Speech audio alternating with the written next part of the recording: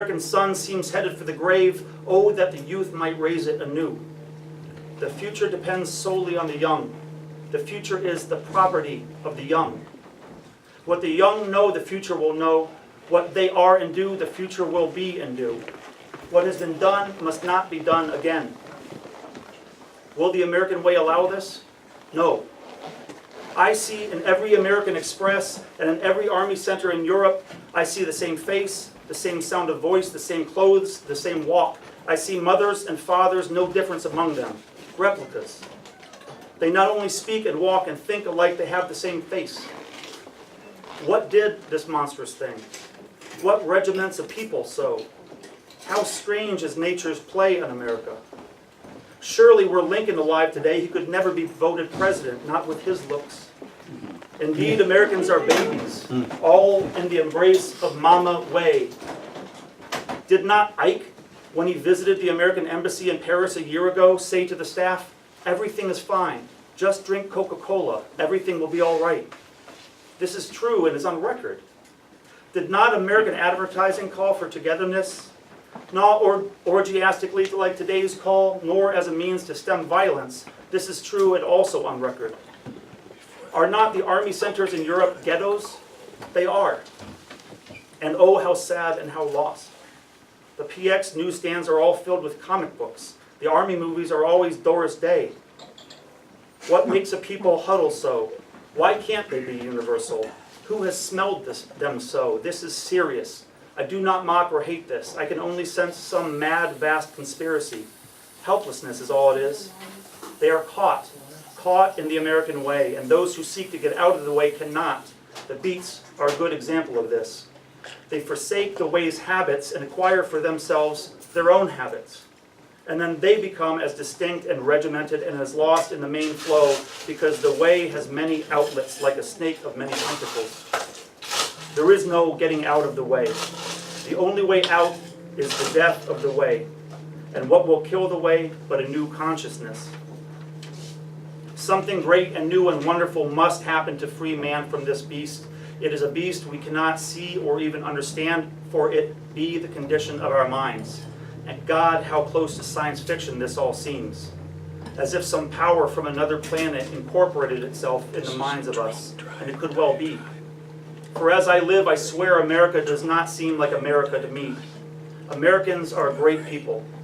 I ask for some great and wondrous event that will free them from the way and make them a glorious, purposeful people once again. I do not know if that event is deserved or even possible. I can only hold that man is the victory of life, and I hold firm to American man. I see, standing on the skin of the way, America to be as proud and victorious as St. Michael on the neck of the fallen Lucifer. Thank you. All right.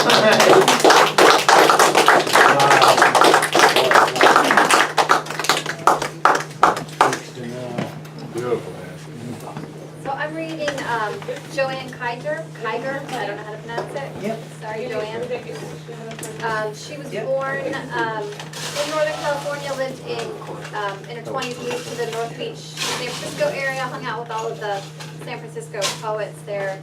Moved to Japan in 1960, married Gary Snyder, fellow Beat poet there. Lived there till 64, then came back and lived the rest of her life in Northern California, a little bit in New York. But she just passed away in the spring in Northern California, where she had helped young writers and was active in the community there. So Joanne Kiger. This is Pan as the son of Penelope. Refresh my thoughts on Penelope again. Just how solitary was her weight. I noticed someone got to her, that barrel-chested he-goat prancing around with his reed pipes, is no fantasy of small talk, is more the result of big talk and the absence of her husband.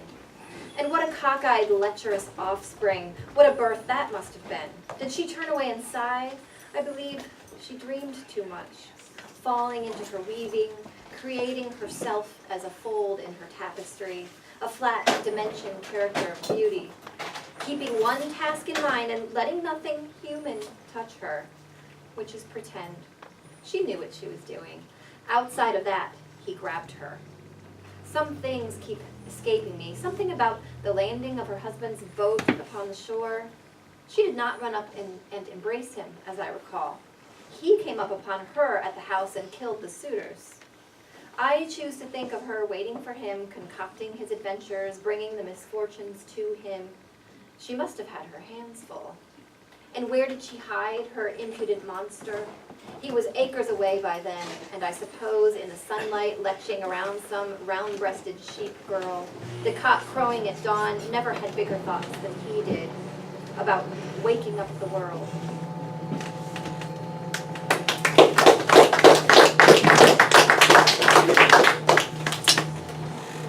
Philip Whalen's hat. I woke up at 2:30 this morning and thought about Philip's hat. It's bright lemon yellow with a little brim all the way around and a lime green hat band printed with tropical plants. It sits on top of his shaved head. It upstages everything in the room and everybody. He bought it at Walgreens himself. I mean, it fortunately wasn't a gift from an admirer. Otherwise, he dressed in soft blues, and in his hands a long wooden string of Buddhist rosary beads, which he keeps moving. I asked him which mantra he's doing, but he tells me, in Zen, you don't have to bother with any of that. You can just play with beads.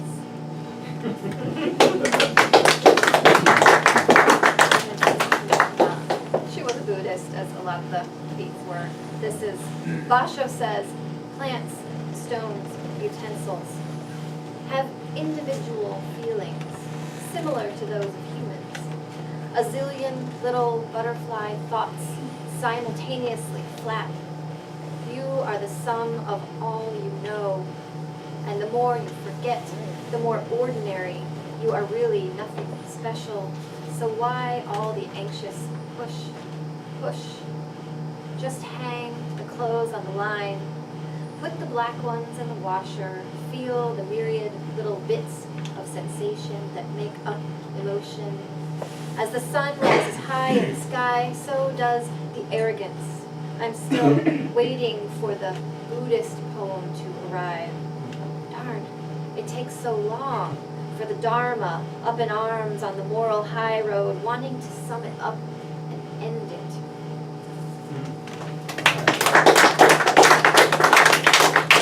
This last one is called September. Apropos. The grasses are light brown, and the ocean comes in long, shimmering lines under the fleet from last night, which dozes now in the early morning. Here and there, horses graze on somebody's acreage. Strangely, it was not my desire that bade me speak in church to be released, but memory of the way it used to be in careless and exotic play, when characters were promises, then recognitions. The world of transformation is real and not real, but trusting. Enough of these lessons. I mean, didactic phrases to take you in and out of love's mysterious hands. Well, I myself am not myself, and which power of survival I speak for is not made of houses. It is inner luxury of golden figures that breathe like mountains do, and whose skin is made dusky by stars.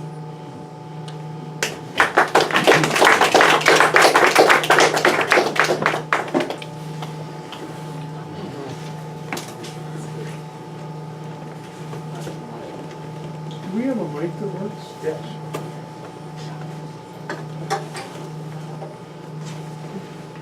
Sorry I got here late. Is this supposed to be a deep theme tonight? Yes. Was that your stuff or Greg Carson's? I mean, it was mine. No, it was all. The fact that I wasn't sure. Yes.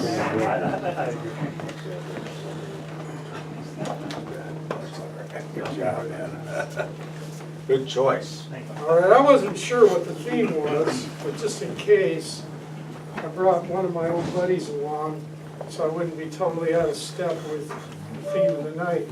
However, I just spent the last 2 days working on something else.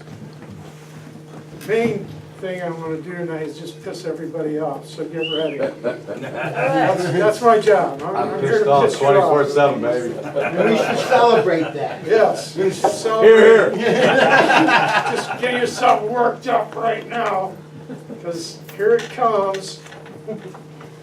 Now, one of the things I want to do is devote the stuff that I wrote, because it's been on my mind for a long time. And I went over to a slam fest at the Peacock last Friday. I heard what some of those people coming from Cleveland and Detroit had to say. It was pretty much a black cookout sort of thing. Jody was there. I was one of the few light-colored faces in the room, but that's all right. And I heard these guys really not cutting back one iota on what they had to say or what they thought. So it got me working this week. And I decided I could do no less. So tonight for me is BLM night. This is all my stuff is about Black Lives Matter. Sorry. The first one is called Hating. Anniversary year number 60 rolls around for the Little Rock Nine. Melba Patillo Beals tells her story in Warriors Don't Cry, being first among them to publish her version of that mostly forgotten episode from 1957. Governor Faubus, arms spread, bars the door to Central High School in Little Rock, Arkansas, to ward off an army of 9 invading teens who just want to learn. President Eisenhower federalizes the state's National Guard and appoints troopers to protect children from Klansmen, members of white citizen councils, and mobs of white fanatics best described as rabid. Years of PTSD-inducing harassment, threats, and loss of jobs by family members ensue. At the time, I am 18, an active U.S. Army private in next door Fort Sam, Houston, Texas, where we are experiencing unreported race riots as well.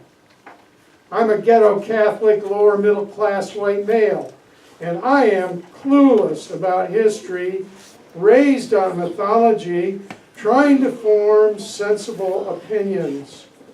Then civil rights shit hits the fan of my life. Children, along with nukes and commies and polio, are declared to be pawns of contention in a new war. No, not a cold war, but a hot one. The war to enforce the Supreme Court's order to desegregate public schools at all deliberate speed begins. The foregoing, forgive me, may be necessary to set the stage for Melba Beal's story, since memories are short, a consequence of how Americans nurture their amnesia, and 60 years seems such a long time to most millennials. Subtract the history, hers and mine, and what remains besides pain, puzzlement, and hatred? In the absence, a remnant of big nothing hovers over suppressed realities. No happy endings, courtesy of Hollywood, descend from script heaven like the deus ex machina in ancient Greek D-dramas to regulate outcomes and pour schmooze oil over Jim Crow, over flesh and bone, over colorblind color coding, and the utter shame and sadness of boys and girls driven from their homes northward by the KKK who plan to murder them.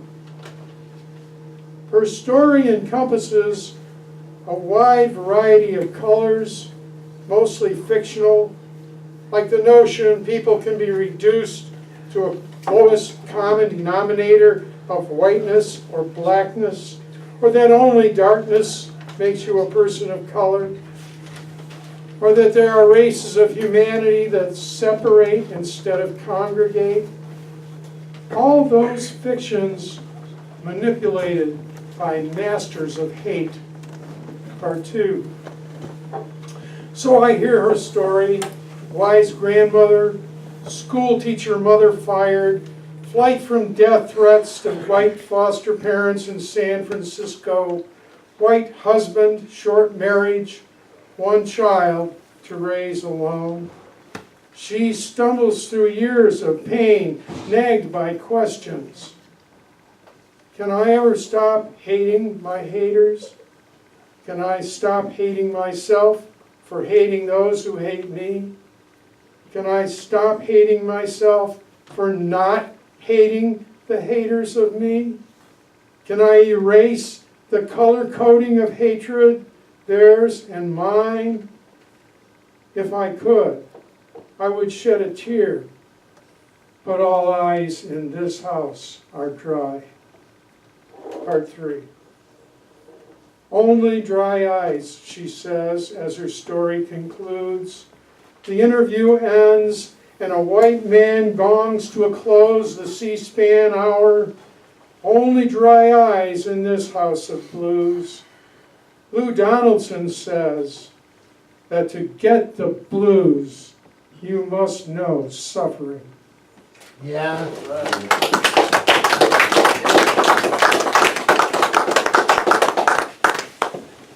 There's another one on the same theme. It's called Black, White, and Blue. Color coding dominates the news, our Sunday pews, our typical all-American views of what's okay or not. Triple K rises like bad cess in confederacies of white citizens' councils, resegregated school districts in Alabama, and states' rights dog whistle political campaigns.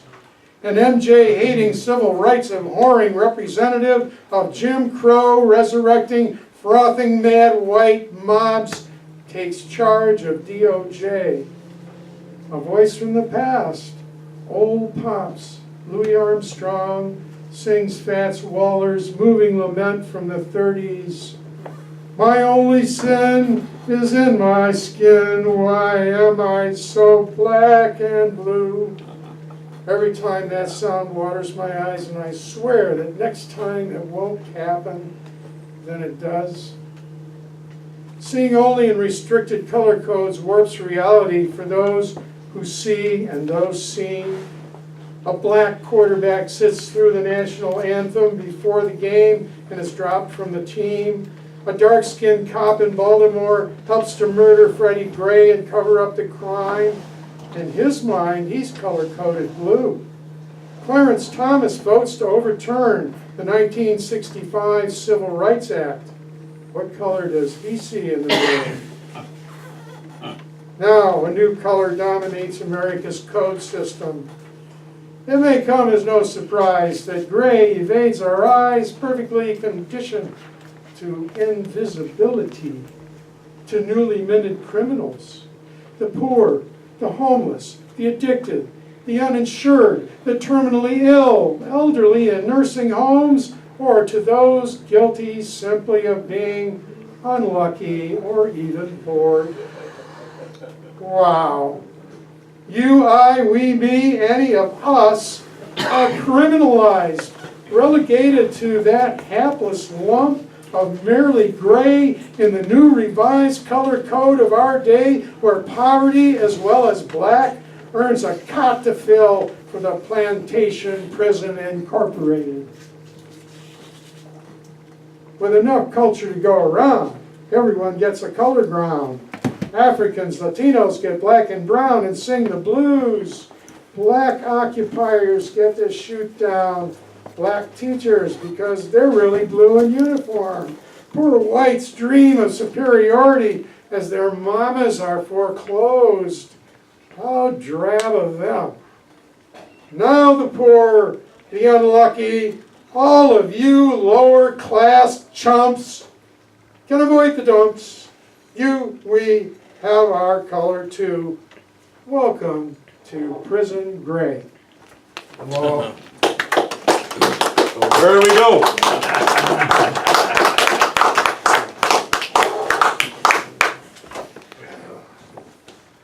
The third thing I wrote for tonight is maybe a kind of a takeoff on Ray Charles. It's entitled, Say What?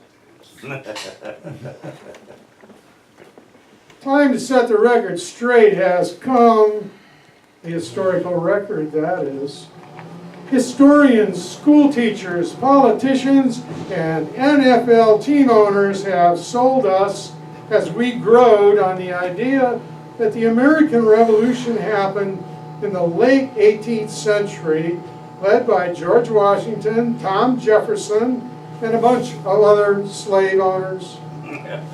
Good old anti-slavery Tom Paine gets shoved into a footnote by most, or just an also ran pamphleteer. I beg to differ. The real revolution began as what we call the Civil War. And here's the most disturbing news. The revolution never ended. Slave owners still by other means push counter-revolutionary institutions down upon us. Plantation slavery still oppresses some more than others, but we all feel the pressure. Just that some of us are too brainwashed to recognize why NFL football players kneel for the national anthem. Counter-revolutionaries own the government, the deep state, the economy, and the mainstream media. They set the tone, invent the facts, beguile us with bullshit, and sometimes with toys. They tell us to accept racial profiling as color blindness, and endless war as peace, and police murder as law and order. Tell us a lot of things. Anything to distract us from the fact that the revolution ain't over yet.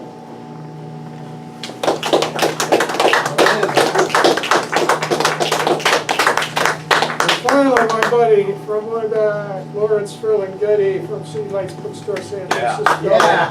Back in the day, and this is the one that nothing else has pissed you off yet, this one. So I chose it for that. It's got the pissed off word. And it's called Sometime During Eternity. Sometime during eternity, some guys show up. And one of them who shows up real late is a kind of carpenter from some square-type place like Galilee. And he starts wailing and claiming he is hip to who made heaven and earth, and that the cat who really laid it on us is his dad. And moreover, he adds, it's all written down on some scroll-type parchments which some henchmen leave laying around the Dead Sea somewheres a long time ago, and which you won't even find for a couple thousand years or so, or at least for 1947 of them to be exact. And even then, nobody really believes them, or me for that matter. You're hot, they tell him, and they cool him. They stretch him on a tree to cool. And everybody after that is always making models of this tree with him hung up, and always crooning his name and calling him to come down and sit in on their combo as if he is the king cat who's got to blow or they can't quite make it. Only he don't come down from his tree. Him just hang there on his tree, looking real petered out and real cool. And also, according to a roundup of late world news from the usual unreliable sources, real dead.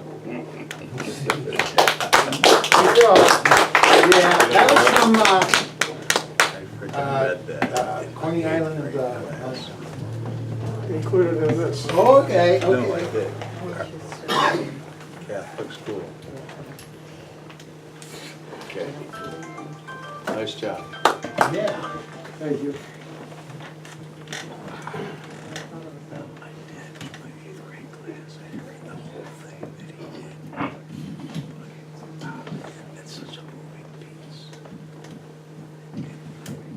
Mine must be a little taller. All right, so, a couple of pieces by other poets, a couple by myself.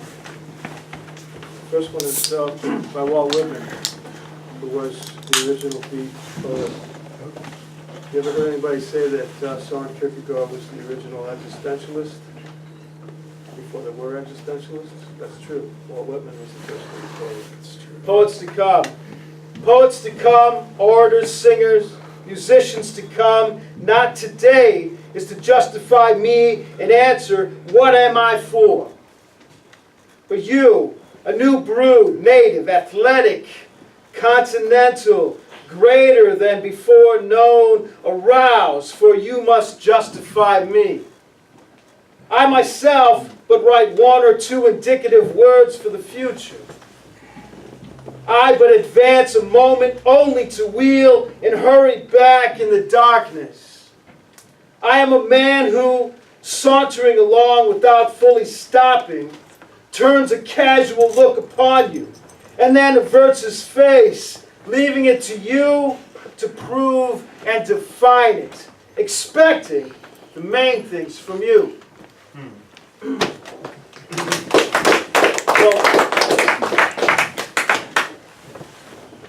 of course, you couldn't have known this, but Walt Whitman was largely neglected until the Beat generation rolled around.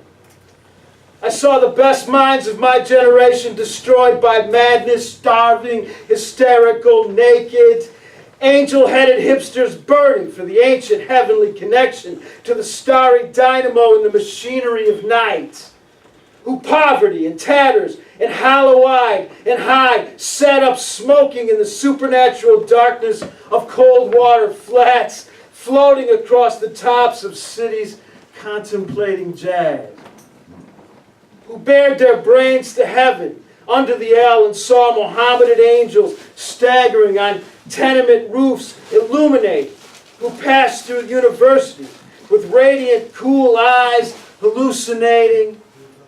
Arkansas and Blake light tragedy among the scholars of war who were expelled from the academies for crazy and publishing obscene odes on the windows of the skull, who cowered in unshaven rooms, in underwear, burning their money in waste baskets and listening to the terror through the wall, who got busted in their pubic beards, returning through Laredo with a belt of marijuana for New York, who ate fire in paint hotels, who drank turpentine in Paradise Alley, death or purgatory their torsos night after night, with dreams, with drugs, with alcohol, with waking nightmares. That was an excellent, I'm sure. If there's any poem, or if there's any piece of literature, aside from On the Road Grams, that defines the Beat generation, I guess it's Howell. And I guess the reading of Howell in 1955 was a watershed. It was a revisitation, it seems to me, of Whitman. Some original stuff. Feeding Lost Cats, this is all. Cold sweat clings to my back in a January, pregnant with agony. It makes my heart crumble to see my eyes in the eyes of raggedy-toothed old men of the street, dressed in yesterday's moth-eaten, dreamless cloak, raggedy-toothed old men of the street, who wander onto my barely rented front porch like lost cats, who curl their backs against the cold, bowing their heads against the cheap night of bourgeois consummations, asking for a couple of dollars for a sandwich and a drink, hiding 24-ounce cans of cheap beer in their knapsacks for a small buzz, to help steady their nerves against the cold, damp, iron-gray epiphany of the abandoning afternoon, when the dying of the light becomes the birth of the evening, and the bone-chilling remoteness of the yawning convention conceals slow suicide within game shows and primetime television lineups and standard bedtimes made slavery of hope, and the raggedy-toothed old man of the street who needs $25 to renew his subscription to the resurrection of the addicted and the dead. See, I keep half a pint of scotch in my blazer pocket for just such occasions, because Prozac doesn't touch that. Mary Magdalene could have painted an image of Jesus on a bedsheet from Bellevue and photocopied that 1,000 times for 1,000 fits of agony so violent they put our consciousness in the hole, sweating great drops of blood for 1,000 lost American nights. And in the end, I would still feel better if I had a tall boy and a cold 9 under my pillow. For those moments when the night becomes so cruel, she plies her scalpel against my chest without anesthesia, even though I've courted her my whole life. This dissonance is profound, and the continuum flashes a vacancy sign, like a cold, cheap motel room at the side of a hopeless county road. And I'm hungry, and I'm thirsty, but my fast is ending. And this is just the first day.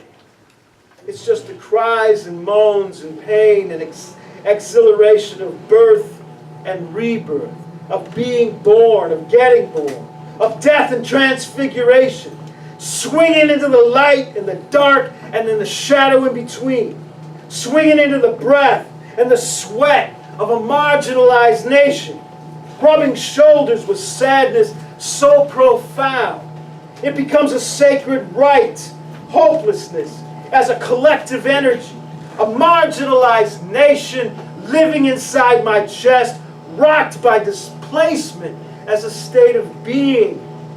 It's just the scream of let there be light.